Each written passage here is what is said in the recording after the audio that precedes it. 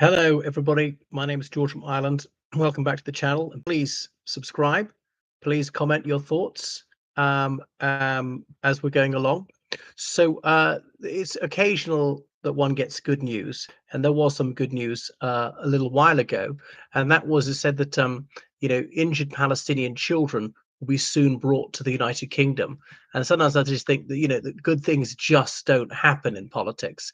Well, I really hope it happens. There are just so many disappointments. So up to 50 injured Palestinian children. But when a lot of our MPs, and give them credit where it's due, it's very rare, but you have to hand it to them. Labour MPs mostly saying this because uh, the healthcare system in Gaza has been systematically destroyed. You know, hundreds of doctors and nurses murdered, almost every hospital bombed, almost every clinic bombed. Is absolutely sickening. The Israelis deliberately cutting off supplies of medicine, of medical equipment, and so on. So there's just the most appalling suffering.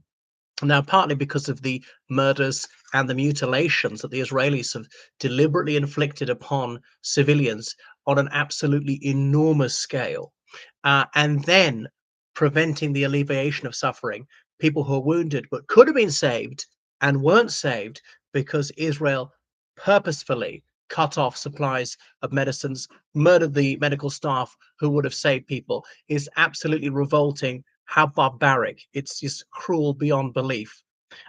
So it's difficult not to be furious about this, to be so saddened. These most appalling acts of savagery inflicted every single day on a defenseless people. And, it doesn't matter who is suffering, it doesn't matter who is inflicting. I would say about this, if it was Buddhists who were doing it to, Jehovah's Witnesses or something like that, or if it was Paraguayans doing it to Tajiks or whatever. So not being anti-Israeli, anti any nationality or anti any religion. And when I say Israelis, I'm not blaming all Israelis, or maybe even most Israelis, but got to be frank, that at least a large minority of Israelis are openly pro-genocide. 47% of them said the opinion poll, 47% they would support killing every single person in Gaza. Wow. Wow, it's staggering.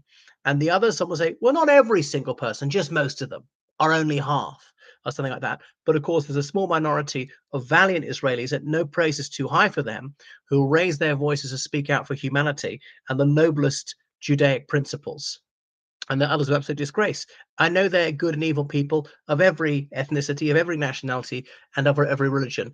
But it behoves the United Kingdom to try and save these children, especially the United Kingdom was one of those countries that supplied the weapons that committed the murders or the injuries. And some of these little kids will doubtless have been mutilated with British supplied weapons when His Majesty's government knew exactly what was going to happen, and it's happened many times before. So it's absolutely revolting. So the World Health Organization says, we need to bring these children out. So 96 MPs voted that for this, said that the healthcare system has been decimated. Well, that is a gross understatement. Do they not realize that decimation means killing 1 in 10? It's an awful lot more of the doctors and nurses. So there's Project Pure Hope. So they urgently need life-saving medical care. And then it's revolting to see that Marco Rubio, the US Secretary of State, has canceled the visas for these children. Who are going to go to the United States, and saying, oh, because the adults accompanying them, okay, maybe they cannot be accompanied by adults, or the organizations that are sponsoring them, taking it out on the little kids. Wow. I mean, just an egregious act of cruelty. It was totally unnecessary. Hamas, always scapegoating Hamas, not the one who's actually carrying out the murders. So the attacks of the 7th of October were appalling. Hundreds of civilians killed, and 251 people taken hostage. Yes, bad and all that is. That was actually negligible compared to what Israel has done since. Israel's killed, is it 100 times more? 100 times more. I'm sorry to say, I predicted, I said it just on the 7th of October on this channel, they will kill 100 times more civilians than that were killed of theirs. And they did it in 2009. So it's just revolting. It just beggars belief they should get away with this. And certain politicians in the United States and in other countries are lining up to say this is the right thing to do. Michael Gove, that absolute monster, said that he fully supports the IDF. Wow. Ben Shapiro says that he celebrates. You got that? Celebrates the actions of the IDF, the willful murder of tens of thousands of civilians. I know civilians always get killed in war. That's not a good thing. It's a bad thing. Militaries must try very, very hard to minimize civilian deaths. I know they can't always avoid them. There really is collateral damage. There's a proper military target to kill the enemy. All right, there are military personnel in there, but a civilian too.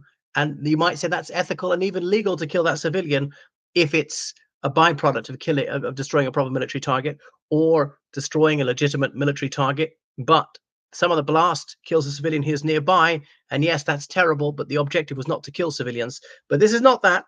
It's going out of their way to kill civilians. Wow. And the kidnapping of thousands of Palestinians, the wide scale use of torture. They've been filmed, it's been broadcast them, publicly humiliating Palestinians, tormenting them. It's just absolutely outrageous. It makes my blood boil. And there are more things. When that Israeli soldier happened to be filmed, inadvertently was filmed raping a Palestinian whom he'd kidnapped. And then this guy, who was briefly arrested, huge demonstrations to release him, he was set free, never to face justice for the crime he committed on camera. And then he goes around touring the TV studios. He's hailed as a national hero. I mean, how sick can you get? Wow.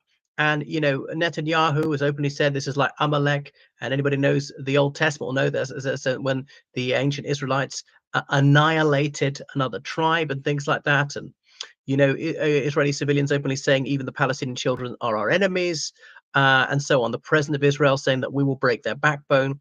So this is absolutely egregious. This goes far, far beyond any legitimate military response. So yes, I decry terrorism, and that's what the IDF is carrying out right now. Hamas is doing almost no fighting at all. Almost all being killed, injured, or taken prisoner. They've got almost something to fight with, so they're just not a threat to us. It's preposterous. All these comparisons. The Second World War. Palestine is not a superpower. Germany was a superpower. This conflict did not begin on the 7th of October 2023. It goes back perhaps a century, and so on. Germany was not illegally occupied in 1939, whereas Palestine is. Germany did not lose 90% of its territory right before the Second World War, whereas Palestine has lost about 90% of its territory through the 20th century, and so on. The Germans were not attacked every single day. The civilians were not murdered every single day in the run-up to 1939, whereas Palestinian civilians are murdered all the time in the West Bank even before 2023, and so forth. There was not this apartheid system discriminating against Germans in their historical homeland in 1939. So the comparisons are completely bogus. There were no state-of-the-art weapons, guided systems, laser systems, and so on in the 1940s as there are now. Israel's all constantly bragging they've got the most sophisticated military technology in the world with pinpoint accuracy.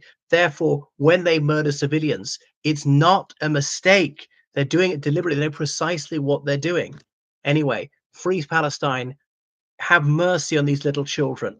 The United Kingdom is partly historically responsible for this terrible, terrible injustice, and you won't hear me say that very often. And so, we should partly clear up the mess. I'm right wing, I'm a low tax person, all the rest. But yes, I would be willing to pay a tiny bit more tax to relieve this just appalling, unimaginable suffering.